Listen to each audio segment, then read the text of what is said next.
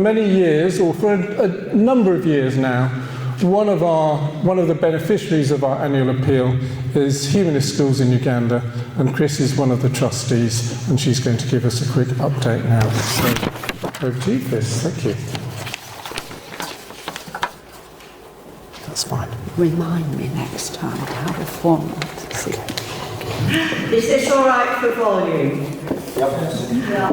Okay. Well, I am Chris Smith, one of the many Chris Smiths in the world. I like the anonymity. Okay. Well, this is a recap and an update on the Uganda Humanist Schools Trust because, well, some faces are new. You may not have heard anything about it before, and I give the impression that there's going to be a test at the end, so you need to memorise it, but you really don't. So I'm just going to start at the beginning. In the early 2000s, I met Steve Hurd, who is the chair of the Uganda Humanist Schools Trust.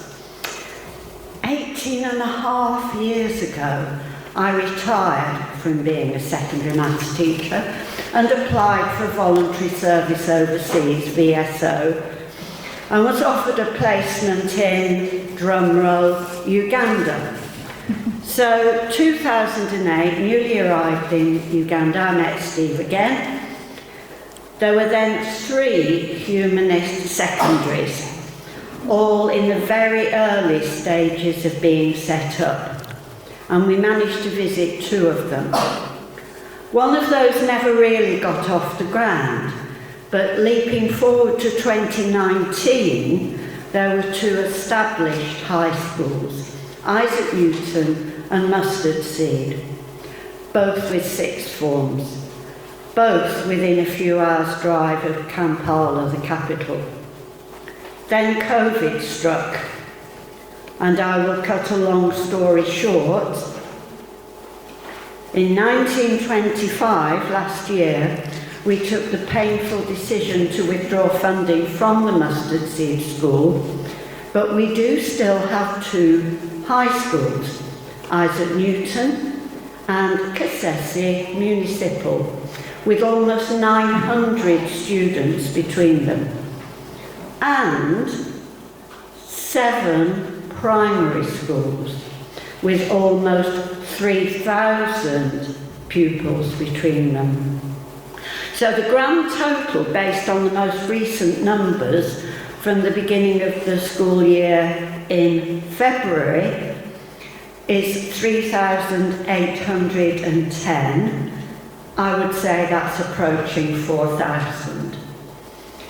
There's now a much greater geographic spread to include a school called Kanungu towards the gorillas in the southwest of Uganda, and that's the most difficult to access, and Katumba in the northwest, close to the troubled Congolese border. Some fathers were killed recently in an uprising. We are relieved that 33 Mustard Seed Scholarship students have transferred to Isaac Newton. Extra boarding facilities have been provided, and we will fund their travel school to home 3 times a year, and that's a journey of absolute minimum 5.5 hours. The funds that previously went to Mustard Seed have helped to make it possible to refurbish all 4 Kasese schools. At Isaac Newton, there's been a major upgrading of all their primary buildings, replacement of a water pump, installation of solar heating to reduce costs of wood for cooking. At Katumba, there is now more rainwater storage, bicycles for transporting people and materials, and from a bequest, a small boys' dormitory has been completed and furnished. Routine funding continues, including AfriPads, washable sanitary protection. That's thanks mainly to the Ethical Society of St. Louis. We support all the bursars in keeping accounts and help some staff to improve their qualifications in line with government requirements, and so on.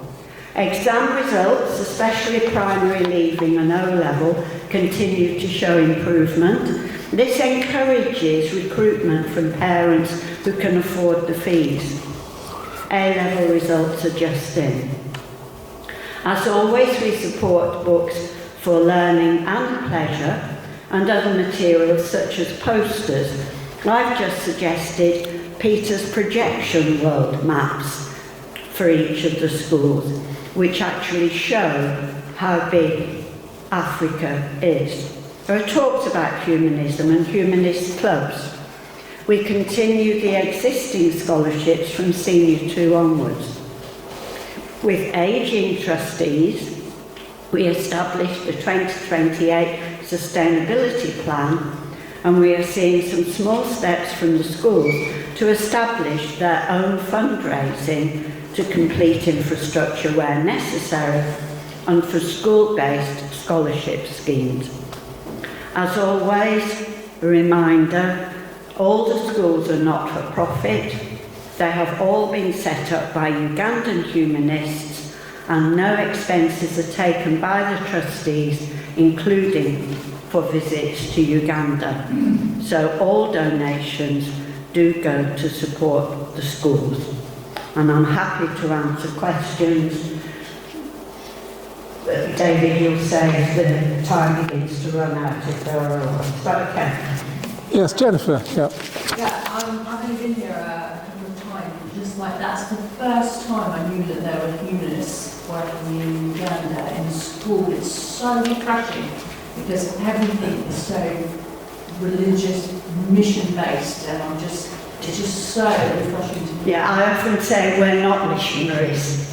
It did start very, very early on. Steve and his wife Hilary, when they were young graduates, were working for the British Council or with the British Council in Uganda, and that's where the connection started, meeting a couple of young men similar age to them at Makerere University, and then the humanist schools have gradually come from there. I can talk about it forever, and the website's really good. Yeah, Daniel's got a question. Yep. Yes, I was just wondering, do they teach about humanism in the schools, or is it more just a general education, just without a religious? Well, they do the curriculum. There's no choice. Government schools, private schools, and they're not posh private schools, in case anyone thinks that, have to do the same curriculum. But we always encourage the humanist ethos and encourage it to be publicised. There are no assemblies. There are no collective worship type assemblies. And the schools do it differently. I mean, the guy in Kasese is particularly strong. There is a lesson on humanism for each class, 1 day a week. But the humanist clubs are pretty good too.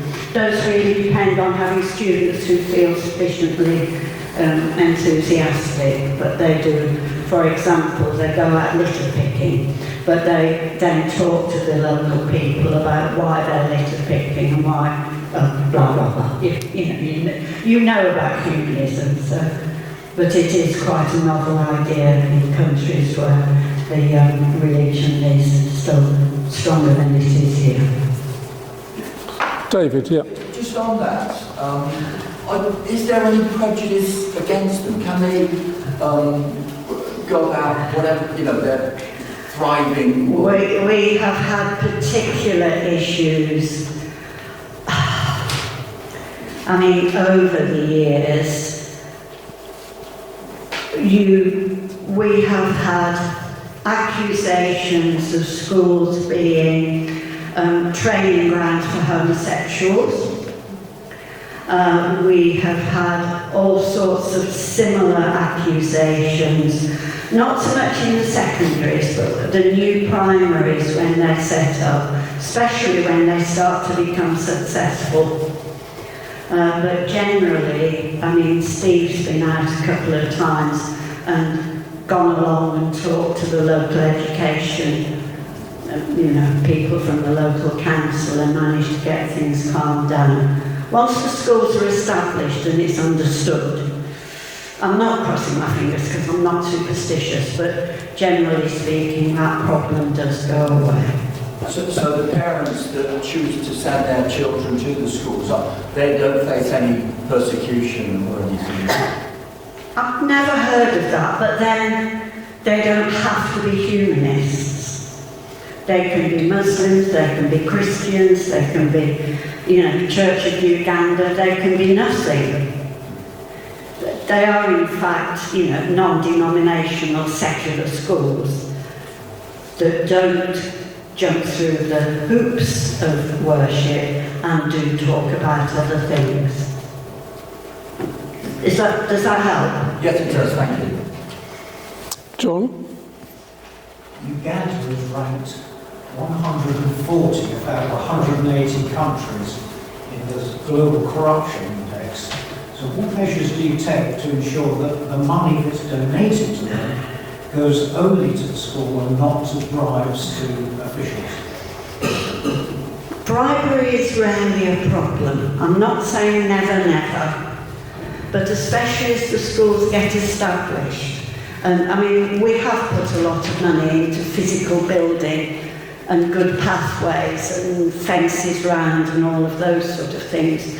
The directors of the schools do seem to manage to get good local builders with fair prices. And of course, with the geographic spread, we can always see comparatively what a classroom costs in Katoomba, what a classroom costs in any of the other places. From my personal experience of working 2.5 years in Uganda, there was never any occasion when I needed to bribe somebody. I could talk about two completely separate occasions on which people went out of their way to be helpful. And they could easily have said, oh no, there's a charge for that, or madam, you need to give me money. At a governmental level, I wouldn't want to speak to that at all. But as far as the schools are concerned, the exception to an extent is mustard seed. We did, as I said, this time last year, or in the spring last year, I can't remember exactly when that decision was taken, we did lose confidence in the management. But at the same time, by then, years and years of students have got an education that they wouldn't otherwise have had. It's something to be aware of, but we know the people on the ground. We have a feel for the amounts of money things would cost. And certainly before COVID, I don't know how many times a year Stephen Hillary was going out. Since COVID, it's got less frequent. But it is still a regular thing to go out and physically see what's on the ground and talk to the people. Right? Any other questions for Chris before we move on? Aaron. Irrespective of what charity gets voted in at the end of today's thing, is it possible to have the Humanist Schools linked on the website so that it's there as a humanist venture whether we support it or not, and maybe a link to donation or something? Sounds like a good idea. Steve, is that a possibility? Yeah, we've got to get a few things on the PayPal and other things. Okay. First anyway. Pop that down as a suggestion. That'd be great. Thanks very much, Aaron. That's a nice suggestion. And Steve, if you have a look at the website, you'll see how that's set up also for donations. Which website are you? UHST, yeah. Please don't just send money and not tell Steve what it's about. Okay. Because that happens sometimes. Yeah. We don't, let's not get too ahead of it, but there's got a few things to sort out on the website first. Is that for me, Dan? Yeah, I would just say on the donation issue, just as some people choose to give money to Dorset Humanists to give directly to Help for Food, you can also if you put UHST in the reference of a payment to Dorset Humanists, we'll give it to the Schools Trust. So that's another way you can donate. Thank you, Dan. I think we'll leave it there. Chris, thank you very much. Please give Chris a round of applause. Thank you, Chris.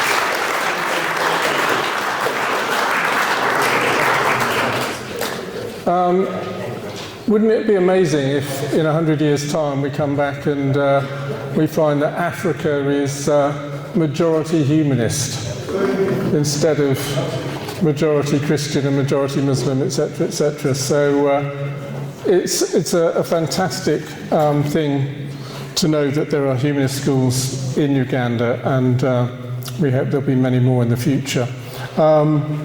So everything that you would like to put in the bowl today is going to our appeal. So as it stands, unless you tell us, it will be 50-50, 50% to Hope for Food Food Bank, which is local, and 50% to Humanist Schools in Uganda.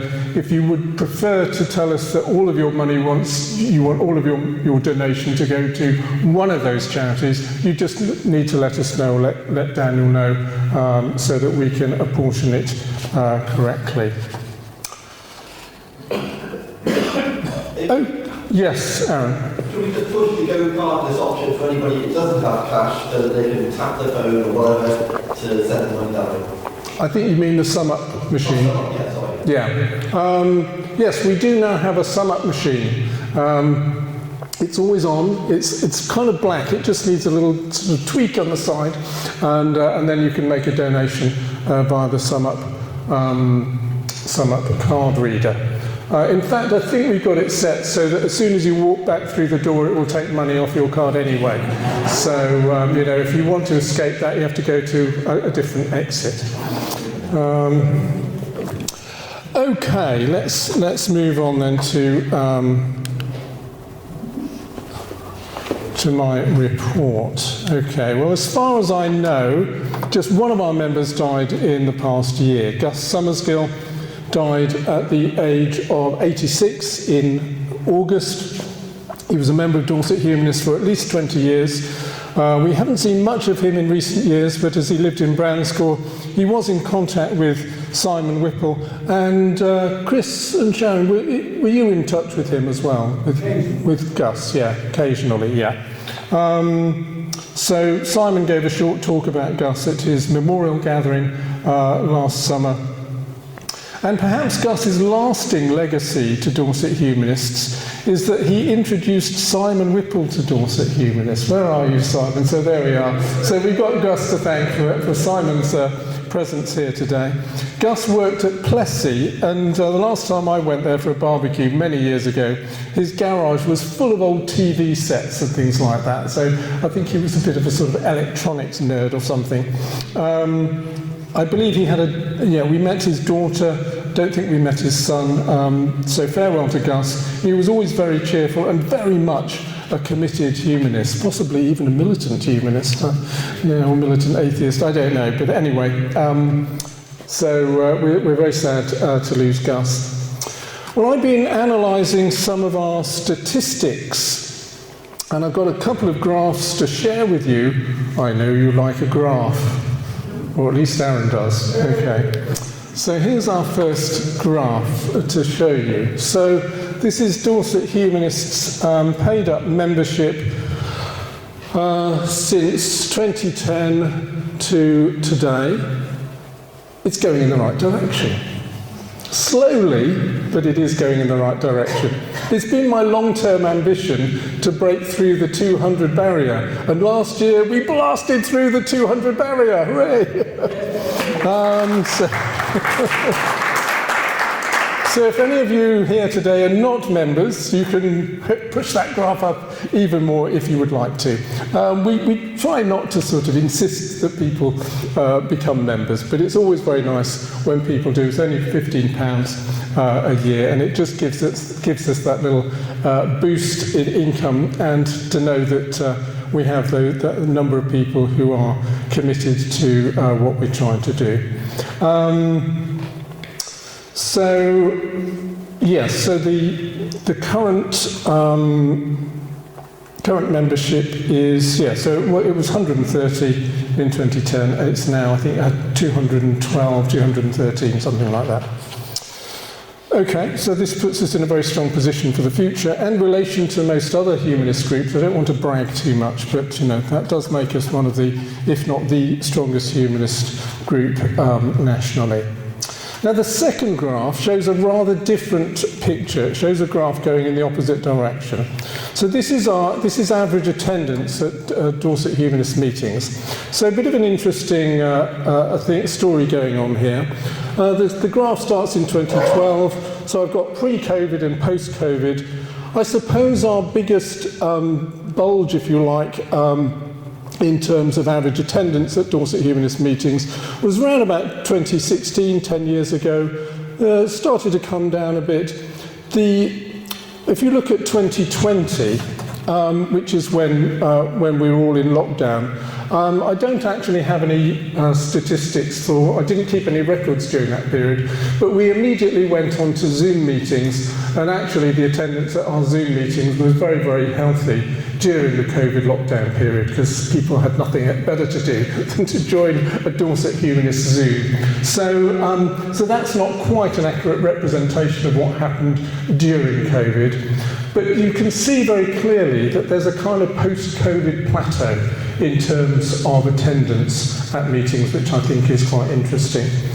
Now, so I suppose you could say that pre-COVID average attendance at our meetings was about 50, something like that, maybe a little bit more than 50, and average attendance at our meetings and events post-COVID, more like 35 in terms of average. That's not a catastrophe, but it's just rather interesting to note what's been going on.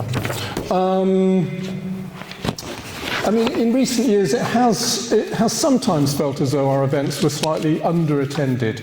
We put our chairs out, and empty chairs are not a great look. So what's the reason for this? I mean, I think there's been a lot of commentary on membership of groups and people possibly staying at home more in the sort of post-COVID, people working at home, just getting used to being at home, doing everything online, that kind of thing.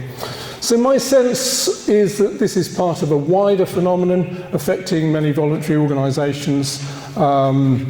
Maybe the old habits of staying at home during lockdown haven't yet fully sort of gone back to the status quo before. Of course, there's been an explosion in the availability of talks online. Hands up anyone here who sometimes watches excellent lectures on YouTube. Okay, lots of you. Okay, so you can see fantastic things on YouTube. That wasn't the case when Dorset Humanists started out. So it's very easy to see good things online if you want to, from the comfort of your own sofa at home. So I think to some extent, we're competing with this kind of technological shift. There might also be a broader generational and cultural shift. I think for a long time, sociologists have been saying that fewer people today seem inclined to join clubs and societies in the traditional way. People's time and attention are pulled in many different directions. I know quite a number of you in the room have got grandchildren, and that's obviously a great joy, and they pull you sometimes away from the things that we're doing, and we're not complaining about that. So the challenge we face is probably not unique to Dorset Humanists, but part of a wider change in how people are spending their time and engaging with organisations like a humanist group. But we've still got a strong core of people who turn up for events. The fact that you all turn up today is amazing. The last time I analysed our attendance, it looked as though, out of our 200 members, it looked as though we had at least 70 people who were active members coming to our events. Not always at the same time, but if we look over a number of events, the same 70 names might appear on those lists. And that doesn't mean that the other 130 are not supporting us. It might be that some of those people are very elderly and can't get to our meetings anymore. But we still very much appreciate the support that they give us in any way that they can.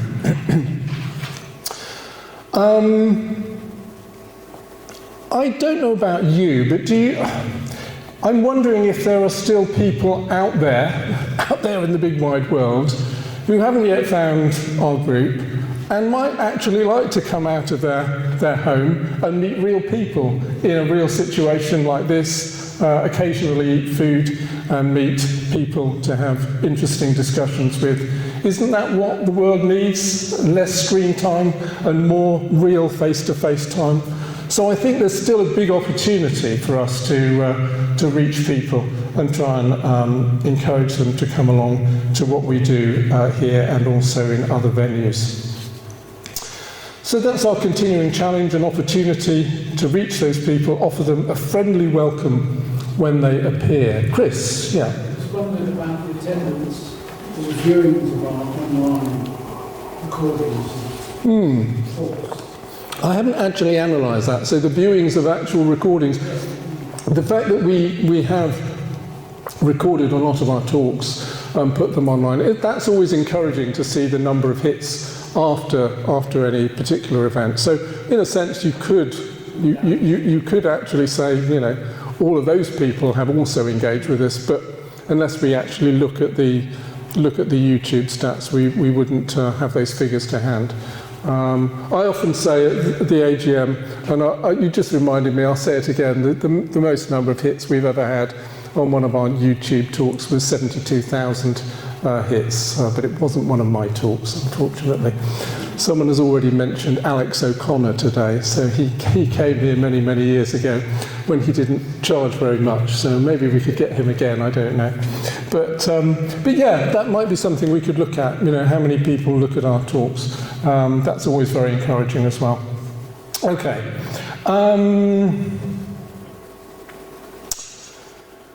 So, in response to the cultural and behavioural changes I've outlined here, in 2025 we did make some strategic decisions.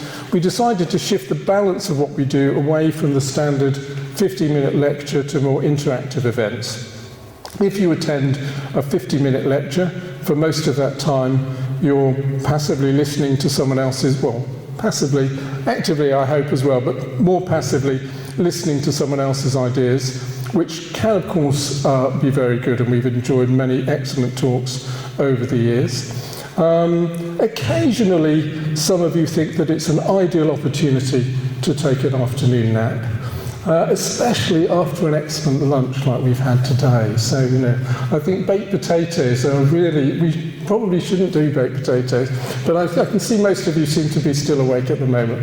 That's fine as well. But we've made a kind of shift to conducting meetings in a more interactive way, so it's a little bit more like having a mental workout, doing our thinking and talking together in a more interactive way. I know some of you prefer the old format and maybe we're a little bit resistant to the change. But just in view of what we were seeing here on the graph here, it was becoming increasingly difficult to sustain the old way of doing things because not enough people were actually showing up. And the reason I say that is because, you know, our speakers would have put a huge amount of effort into their talk.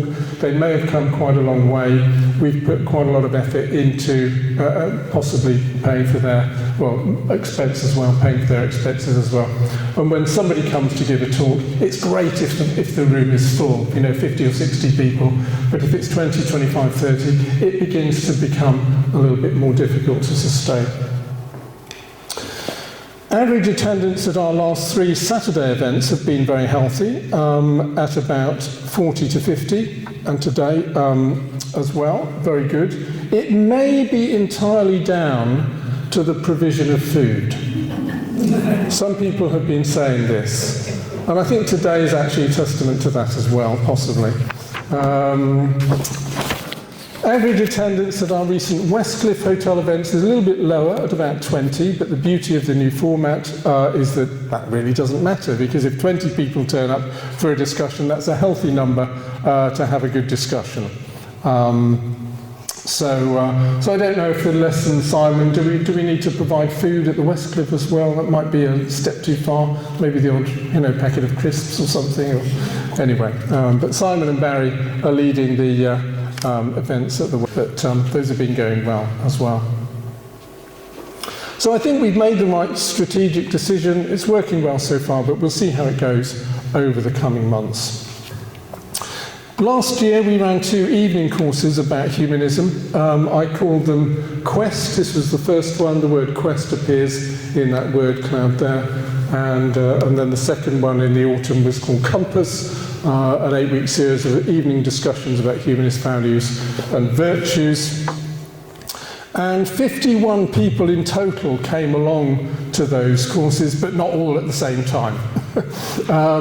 Average attendance was around 20, which again was always fine for a good discussion.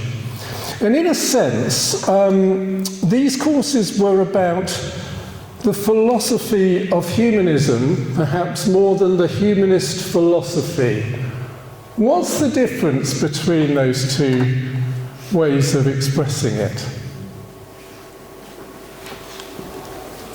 Anyone like to suggest what the difference is? Claire? The first one seems more inclusive and the second more exclusive to me. So you think the first one is more inclusive, the second one more exclusive? The philosophy of humanism can simultaneously be a philosophy of many other things, whereas the humanist philosophy is only one of Okay, yep. Tony?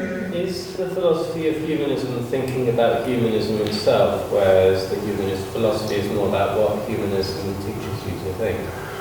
Okay, getting warmer. Any other thoughts on this?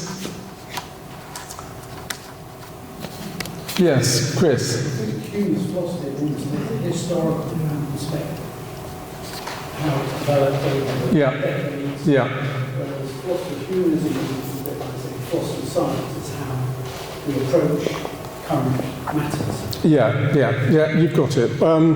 So when we talk about the humanist philosophy, that's in a sense something that's kind of been handed down to us by the 19th century humanist patriarchs. Here's the philosophy of humanism.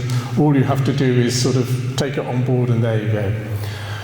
So the humanist philosophy in a sense is a noun, and philosophy of humanism is more of a verb. So philosophy of humanism is an activity where we're sort of questioning the assumptions of humanism. What do we mean by humanism? Is this humanism? Is that humanism? Did they get it right in the 19th century? Were there changes in the 20th century? So it's a little bit, so like you said, Chris, philosophy of science is unpicking, well, what do we mean by science? What's it based on? What are the assumptions, etc., etc. So I actually find philosophy of humanism, both of these things are valid, but I actually find the top one there, a very interesting thing to do. Philosophy of humanism, really unpicking the assumptions. What do we mean by humanism? Have we got it right? How do we express it? When people say, what is humanism?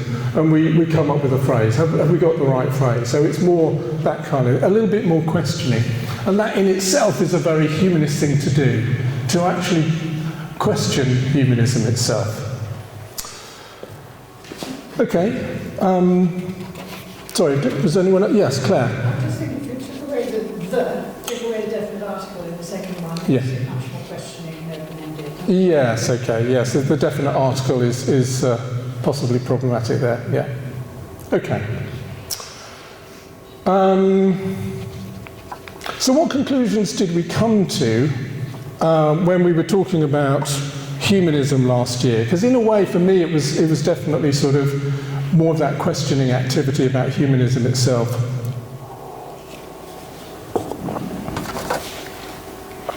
I think one of my main conclusions is that the humanism which has been handed down to us by the humanist movement was possibly a bit too optimistic and perhaps too idealistic about human beings. It seemed to say that we can dismantle religion and people will naturally be good as long as they follow some simple guidelines such as the golden rule, treat others as you would like them to treat you, engaging your empathy and just using your reasoning powers. And that's why perhaps we get slogans like good without God, if you've got the t-shirt, job done. Human beings can, of course, be good, and a lot of the time we are good. But human beings were built by evolution over millions of years, and evolution did not build us to be moral. It only built us for survival. And so we have a very mixed inheritance from evolution. Some of our pro-social instincts, being kind, cooperative, and nice to other people, can work pretty well within the context of familiar social groups, people like us. But human beings can also behave very aggressively and violently towards people who belong to an outgroup. So part of our moral challenge as human beings is to transcend our natural preferences for people like us, our in-group. And I'd like to, I didn't ask Daniel for permission, but Daniel had a great graph. So Daniel gave us a talk, some of you were there, at Darwin Day, on evolutionary psychology. And this is one of Daniel's slides, us and them, the way that human beings tend to divide up the world. So looking around the room, what are the main, if this is an in-group here, I mean, it might not be. We might have different in-groups and out-groups. But let's just assume that for the time being that we are an in-group. What are the main in-group characteristics of Dorset Humanists, the people who are here? Who would like to give me some thoughts on this? How do you characterise this in-group? Skeptical. Skeptical, okay. Curious. Curious. Aaron? Book readers. Oh, book readers, yes, okay. Iconoclastic. Iconoclastic, I like that word, yes. Try to say that word, Billy. Iconoclastic is smashing idols. Yeah. So it's like attacking assumptions, that kind of thing. David, would you say? Yeah. What about in terms of demographics? Demographic characteristics, are we all quite similar in the room here? We could be more ethnically diverse. We could be more ethnically diverse, okay. A little bit of ethnic diversity in the room, but mostly white Anglo-Saxon you're possibly alluding to. We have a reasonable mix of men and women in the room today. Reasonable mix of men and women, yes, okay, good. Chris? On committee for many years, we bemoaned the fact that we were all youngsters. Yeah. Of Daniels. Yes, okay. So our in-group tends to be a certain age group as well. Yeah, but in terms of predominant characteristics. Claire, yeah. I don't know for a fact, but I get the impression, and myself very much included, that we are not socioeconomically diverse. Ah, right, okay. So socioeconomic diversity. I don't want to see everyone's bank details, but possibly people in the room, on average, are, comfortable, perhaps. Not everyone, definitely not everyone, but many people, yeah. Kathy? I think most of us have got time to spare. Time to spare, yeah. We're no longer committed to constantly working and family. Yeah. We've got the stage of life where we have time for other things. Yeah. So that can also affect, membership of group like this. People have got time to actually come along. Yeah, Jennifer. Educated, yeah. I think, and I think Aaron was sort of alluding to that with book readers, that kind of thing. Yeah. Okay, I think we're pretty much there. Yes, Claire. Just having more time to spare means that being of the age we are makes us, a bit more tolerant and welcoming. That. I hope so. Yeah. Okay. Okay. So part of our moral challenge as human beings, I'm not saying that we're failing in this as humanists, but part of our moral challenge is to extend our sympathies outwards to people who are not like us. So who would that be? What are the barriers? What are the barriers to that? I mean, if I say, you know, who would that be? I think we're just going to flip what we've already said on its head. But what kind of barriers do you think there might be to extending our sympathies outwards to people not like the people in the room today? Yeah, Daniel. The main objection that I've heard from most of my friends who are atheists, who I thought might be interested in coming here, is that they feel like it's a church for atheists, and they're quite happy not going to church. Okay. So people in your age group and your sort of social group, Dan, they're kind of seeing this as a church for atheists. Okay. How can we sort of challenge those perceptions, I wonder? I don't know that we have to. Okay. Many people enjoy going to churches. Yes. People who are Christian, throughout history, religious participation has been an important part of people's lives. And I'm not saying it's become a religion, but we do kind of fill that gap that's left when we leave religion. Okay, right. Lynn, what do you want to say? That's only what I've said frequently, that I think, you know, we need a community, we need to get together and talk, and one can respect the sort of more benign religions because of the community we provide. And I think this is the tick box for us. We're, you know, often people think atheists, you just don't care about anything and you're off, whereas, you know, we spend a lot of time talking about our moral stance and our approach to the world, etc., etc. I think it's a major plus for us to get that out there and say, come along and join us and be part of our group. I mean, sometimes when people ask me about Dorset Humanists, I'd sometimes, by way of explaining it to people who don't know anything about it, I might say, well, it is a group for ex-Christians, ex-Muslims, ex-Jehovah's Witness, ex-Catholics, people who've got heavily religious families, perhaps, and just like to come to a group where we can talk about humanism and atheism and look at things from a secular point of view.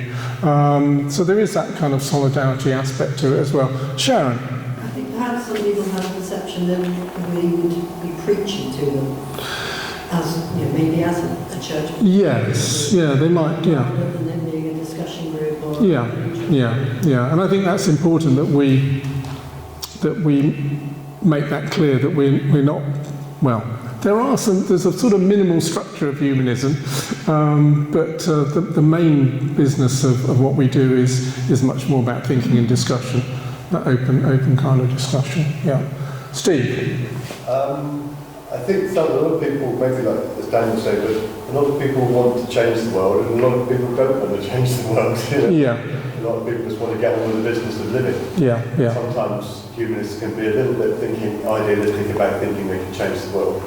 And I think that can put a lot of people off. There's plenty of causes you can join. If you have specialised status. But if we try and take all that in and think we can just constantly talk about creating a better world, I think that can be a bit off-putting, and a lot of people just want to live their actual lives. Okay, yeah. Roger? Yes, I think sometimes we might be seen as a bit, I'm not sure the right word is, a bit creepy, with strong personalities. They've got strong opinions, may not necessarily be so open-minded as they. For example, if somebody mentions the word spirituality, somebody says, no, we're nothing to do with spirituality. That doesn't exist. But that sort of question, actually, what do you mean by that and what? So sometimes it's about, actually, we're more insular than we can be. Yeah. Okay. I think the way we're hoping to address some of these questions and challenges is to make sure that, you know, the programme that we put together is as appealing as possible to as many people as possible. You know, so that it's looking at things, real issues and real problems and questions that people have about ordinary living, just the challenge of living a human life. Can we discuss those kind of things here? I mean, in January, our theme was love, and we just looked at popular songs. You can't get more universal than, you know, having a discussion about love, and that worked really well. So I'm certainly open to your ideas and the ideas of people I'm in contact with, both here today and not present, feeding in ideas as to so that we can make sure that our programme has as much appeal as possible. Not niche appeal, but as wide appeal as possible. So that's something that we can continue to discuss.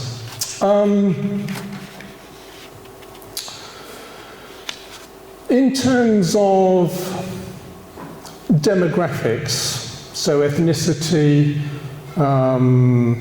and particularly ethnicity, but possibly also socioeconomic factors as well.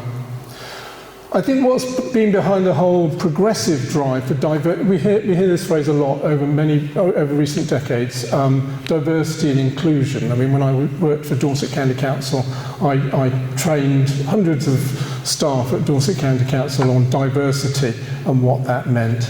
And it's a good impulse.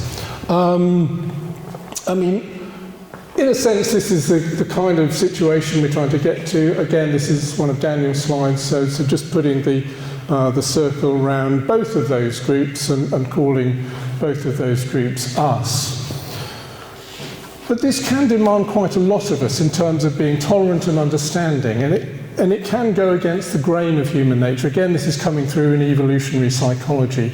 The grain of human nature is birds of a feather flock together. We know that from all of the academic research that's done into what about group formation. So this kind of situation is a challenge to us, a moral challenge, and a kind of psychological challenge to us. Some of you will remember the song, well, yeah, I'm sure some of you will remember the song Melting Pot from 1969. Anyone remember the song Melting Pot from 1969? Would anyone like to sing it for us? All right, would you like me to sing it to you? Was that a yes? I don't know if the lyrics would get past the diversity police these days, but anyway, it was something like this. What we need is a great big melting pot, big enough, big enough, big enough for all the world and all it's got. Keep it stirring for 100 years or more. Turn out coffee-coloured people by the score. Okay, give me a round of applause.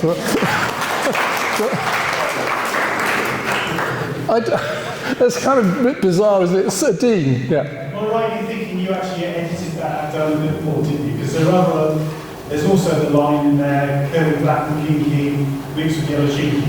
Oh, do you know, I'd forgotten that. Yeah, I'd completely forgotten that. It was only that verse I kind of remembered. Yeah, so there are lots of dodgy lyrics in there, yes. That's very, very interesting. Okay, coffee-coloured people, mixed heritage people, right. I mean, to some extent, this has already happened in big cosmopolitan cities like London, but human cultures aren't always fully compatible and interchangeable. So some societies are based on ideas and customs which are not compatible with what we call liberal humanist culture. So progressivism, if that's what we're calling it, needs to come with a bit of a health warning. And so if we go too far and too fast, we may risk undermining the liberal humanist culture that makes progressivism possible in the first place. So this is, without going into details, this is obviously one of the dynamics playing out in the world of politics today, and the government has just come out with a new strategy for social cohesion, which I'm sure will gain lots of discussion. So what's the humanist response? I think we should be somewhere in the middle on these kind of questions. So one of the themes on the Compass course was Aristotle's golden mean. Who can remember what Aristotle meant by the golden mean? Those of you who were on the course. Steve? Finding the middle way between extremes? Finding the middle way between extremes, extremes, yes, exactly. So we can be progressive, but we also need to take the realities of human nature and culture into account. Maybe we can be cautious progressives. Aristotle also called this phronesis. Who can remember what this word means, phronesis? Aaron, come on, surely you remember what phronesis means. Anyone? I always like to throw in a bit of Greek, as you know. Okay, so this is the practical wisdom to steer a middle way between two extremes. So if we can cultivate this skill in our humanist group, then maybe we can influence the outside world for the better as humanists. The world we live in today has become very binary, very polarised. Back to the us and them. We have lots of binary differences in politics and in culture, right and left, leavers and remainers, globalists and nationalists, Zionists and anti-Zionists, goodies and baddies. This is not really a healthy situation. It's being reinforced all the time by social media algorithms. So I think part of our humanist mission is to try and remedy this. Maybe it can look something like this, the way we do humanism. Can we do humanism if we can't have us and them all together, and sometimes there are us and them groups within humanism? Can we do our humanism in the space in between, to talk and listen to each other, to tolerate different viewpoints, and to become skilled at humanist dialogue?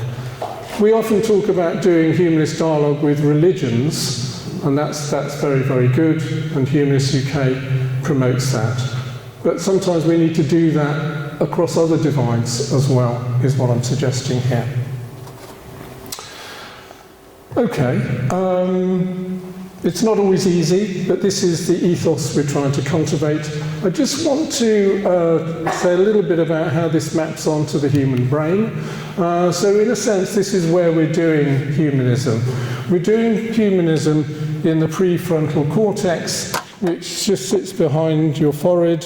What we're trying to do is strengthen the neural pathways which are there, which controls our executive functions, rational decision making, planning and foresight, weighing evidence, inhibiting impulses, our moral judgments, reflecting on our own thinking is what happens in that blue part of the brain. I don't think it literally is blue.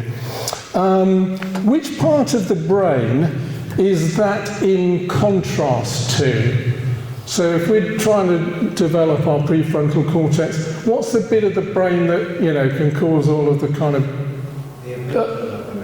amygdala, yes. Which is part of what system in the brain? Limbic system, correct.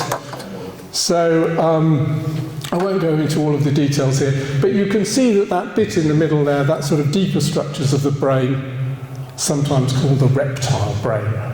We've all got a reptile brain, and that's where all of our sort of tribal instincts are coming from. And what we're trying to do is damp that down a little bit. So that controls our fear responses, detecting enemies, our strong emotional reactions. It does help us to survive, but it very quickly goes into sort of binary thinking. What's safe, what's dangerous, who are friends, who are enemies, us and them. That's where us and them comes from, that limbic system. So the prefrontal cortex does something different. It allows us to question first impressions, weigh the evidence, consider other perspectives, regulate our reactions. And psychologists sometimes describe this as the difference between fast intuitive judgment and slow reflective reasoning. And many years ago, you may remember, some of you will remember, we had a talk on this by Phil James, who gave a talk on this book by Daniel Kahneman, Thinking Fast and Slow. So this, I'm suggesting, is what a humanist group is for, to stimulate the prefrontal cortex, calm down the limbic system, and this is one of the ways in which we can make the world a better place and hopefully a more peaceful place if we can cultivate those skills. Daniel. On the us and them thing, the way that I like to try to integrate people who might otherwise be othered by me, people who have very different traits to me, is mostly just by thinking about the goals and interests that we have in common. There are many people here who have different traits to myself in many ways, but we're all here because we're interested in humanism. And even when I meet people who are not humanists, who are different from me in many ways, they're human beings who broadly do want the same kinds of things, but they still want safety and shelter, food, water, love, those sorts of things. So I know I always have at least something in common with other people, and by focusing on those things, I think it really does help to integrate people into the us group in some way.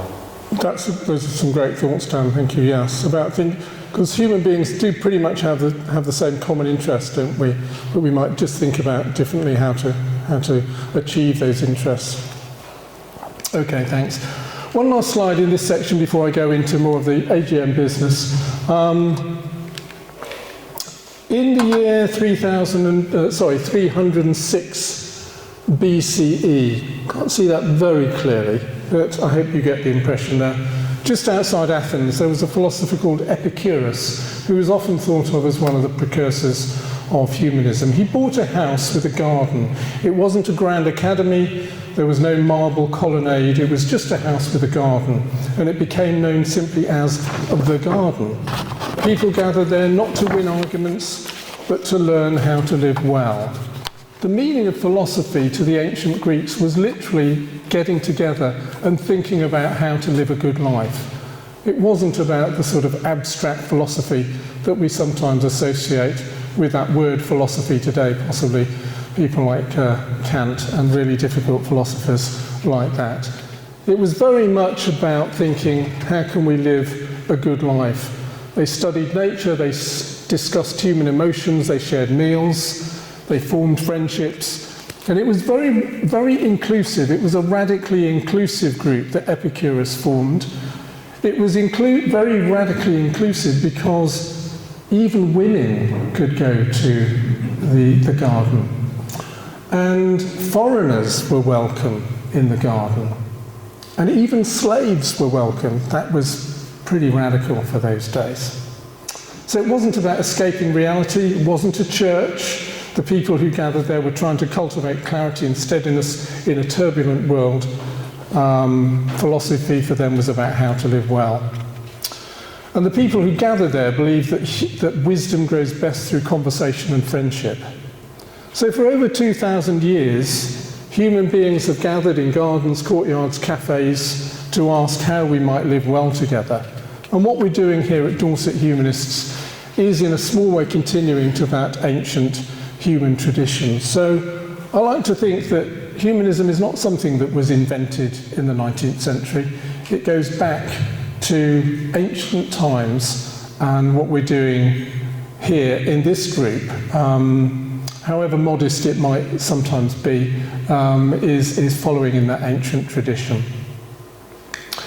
Okay, let's just go to some of the other business then. So, in the past year, Dorset Humanists has hosted 60 events, including guest speakers, discussions, walks and socials. That's a pretty amazing effort on the part of everyone who's been involved in helping organise and run those events. Our Dorchester group has moved to Poundbury, and they meet monthly for food and discussion. Their next discussion is all beliefs need to be questioned and examined.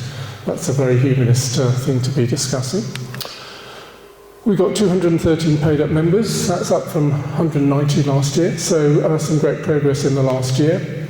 We've got over 1,000 people on Meetup. Now, okay, that doesn't mean they're all going to turn up here, but it's quite interesting that we can reach that number of people. The next statistic that's coming up I'm particularly proud of. Our Meetup star rating out of 5. What do you reckon our meeting star rating out of 5 is? 5. You're very clear. Yes, okay, Aaron knows. 4.5, and that's over 2,000 ratings that we've been running that. I think that's pretty amazing. 2,000 things that we've done and the people who bothered to give us a rating have given us 4.5 out of 5. I'm really proud of that. One of my other claims to fame now is that Meetup has decided to call me a super organiser because I put it on Meetup. So I want to get the T-shirt, you know, that says I'm the super organiser. Just one of my many achievements. Okay. Is that the same as an influencer? Yeah, well, maybe that, yes, maybe I could be an influencer, I don't know. What else have we got here? We've got 741 subscribers who get our bulletin or newsletter. Do they all read it? I'm sure they don't, but anyway, that's quite an interesting number. And 522 YouTube subscribers and 152 videos, most of which have been put up there by Phil. So well done, Phil. Thank you. Let's give Phil a round of applause for all of that. Thank you.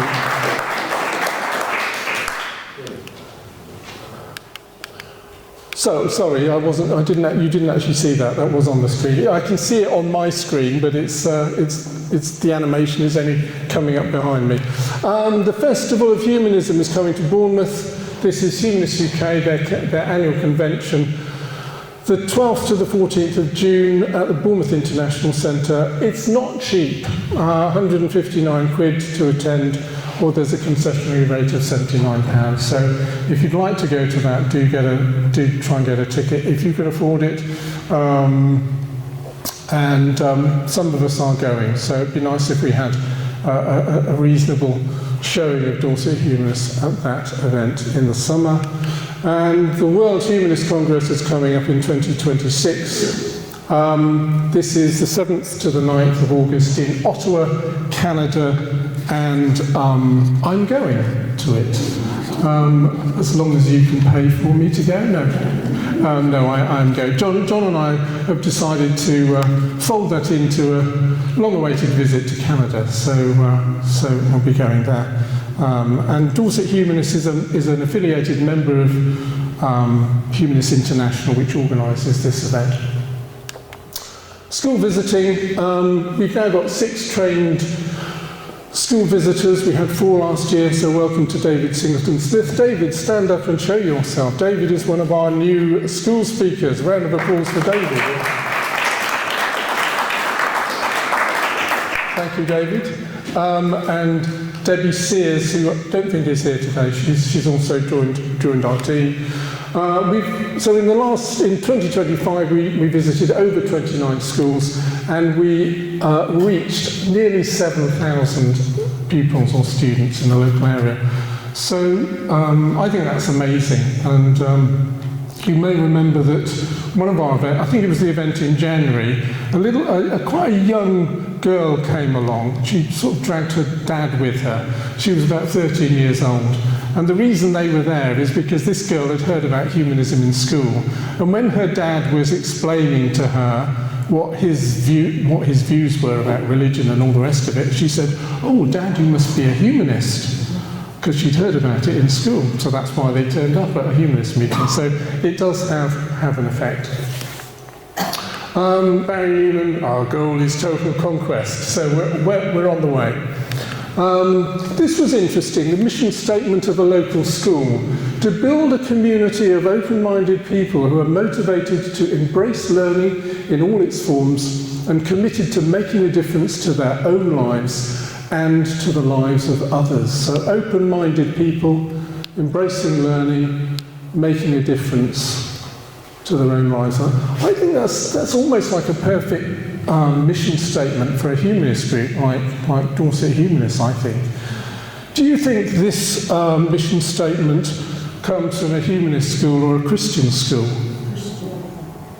Christian. It was Canford School, which claims to have a Christian foundation. But when I read something like that, I think, that's humanism. I mean, I love reading the sort of value statements of schools, and they often are humanist in all but name, which is very interesting. I'm also a member of this team of people, many faces together. The slogan there, different beliefs, shared humanity. And you can see there's a very odd-looking happy human there, That was a chat GPT thing, but Judaism, Christianity, Buddhism, and Islam. And 5 of us go into schools, and we often address hundreds of students in local schools about our different ideas. So can I just ask what age school? What age? Age, all ages, yeah, primary all the way through to sixth form. Yeah. And Church of England primary schools are very open to us going into those schools now because they recognise that many of their pupils come from humanist or non-religious homes, and they're inviting us in because they want to give those children a chance to have a sense that they don't have to be religious to be recognised for having valid views. Our charitable donations, Daniel's really mentioned this, but I'll just remind us, 1,600 to Uganda Humanist Schools, 2,379 Hope for Food Bank, nearly £4,000 in total we gave last year. So thank all of you for your generous donations to our appeal. So the moment you've really all been waiting for, and this is really why you came today. Thank you very much, Aaron. Is Humanists of the Year. So these are some of our previous Humanists of the Year. Many of you are here today. Thank you all very much for your loyalty. If your name isn't there yet, don't worry. You just have to keep coming here for another 20 years and your name might go on there. Okay, so 2026 Humanist of the Year. Aaron, can I have another drum roll, please? Thank you very much. That will do. So, our Humanist of the Year, I feel as though I ought to be opening an envelope with, nominations or something like that. But anyway, will you please show your appreciation for Chris Smith? Chris Smith, will you please come to the front?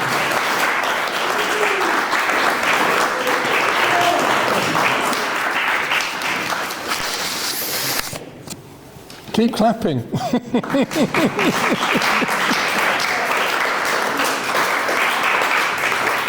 Now, Chris, no, you weren't expecting this. I know I wasn't. And I'm cross with Aaron for not telling me. No, I think it's fairly obvious to everyone here why I've awarded this to you today, because of the long involvement you've had with Humanist Schools for Uganda, which is absolutely incredible that we are, through people like you, we're reaching children in Africa with humanist values. And you've been a member of a number of different humanist groups before you came to us. So in a sense, this is not just Humanist of the Year, this is almost a lifetime humanist award.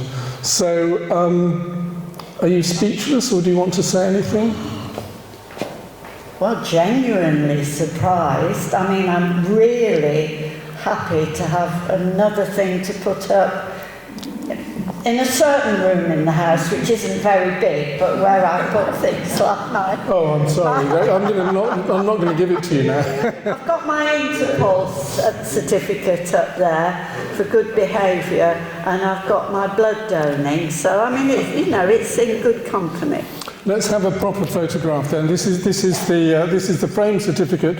Can I have the photographers here, please, while I hand this to Chris?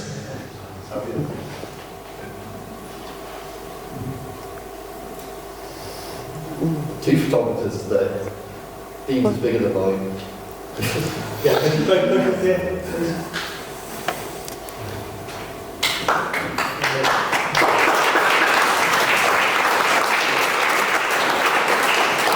And not only do you have a framed certificate to put on your bathroom wall or wherever you're going to put it, I can also offer you this beautiful fine bone china mug, which I didn't wrap because it's already beautifully wrapped. Thank so that's you very a little much gift as well. indeed. Thank you very much, Chris. Well done. I really am gratified.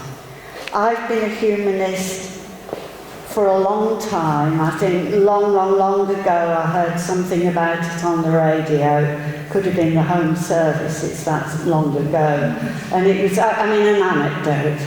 It was actually at my mother's funeral, which was Church of England funeral, as was appropriate. And I had one of my sons each side, and I thought, these would not be the right words for me when that time comes. It wasn't the easiest time of my life.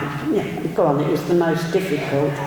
And I got myself a life membership of the British Humanist Association. And I reckoned that if I could persevere through difficult times for 15 years, I would have got my money's worth. Well, that 15 years is long, long ago now. It's probably another 15 years on top of that. And my membership card says that I'll be a member till 2099. So, you know, you never know, I might manage to stick around a bit longer than the average. You just have to wait and see. Thank you very much for the support. Yeah, it's just great. I'm really chuffed. Good. Thank you, Chris.